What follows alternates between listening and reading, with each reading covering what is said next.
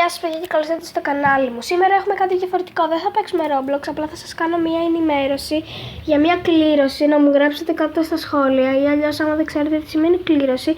Είναι διαγωνισμός που συμμετέχετε κάποια άτομα και κερδίζετε κάτι.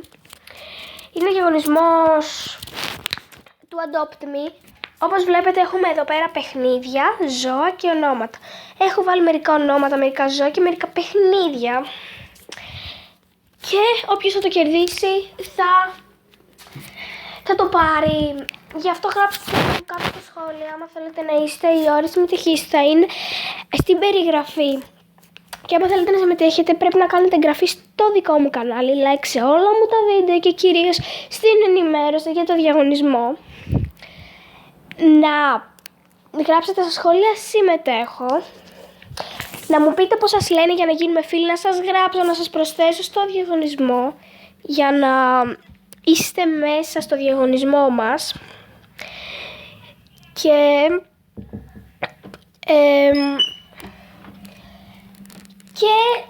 αυτά. Επίσης, άμα είστε καινούργοι στο κανάλι, μην ξεχάσετε να μου βάλετε ένα like με εγγραφή και ένα καμπανάκι για να δείξετε το επίσης για όλα μου τα νέα βίντεο. Και όποιος δεν με ξέρει, είμαι η Μαριάννα και είσαι στο κανάλι και τη Rose, άμα δεν το ξέρετε. Προς το παρόν όλα αυτά είναι μια ενημέρωση. Πρέπει να την ακούσετε και να την τηρήσετε. Άμα θέλετε να είστε σε αυτό το διαγωνισμό που θα συμμετέχουν αρκετά άτομα, θέλω να πιστεύω. Και ναι, έκανα αυτή την απόφαση από το μυαλό μου και είπα να σας το πω.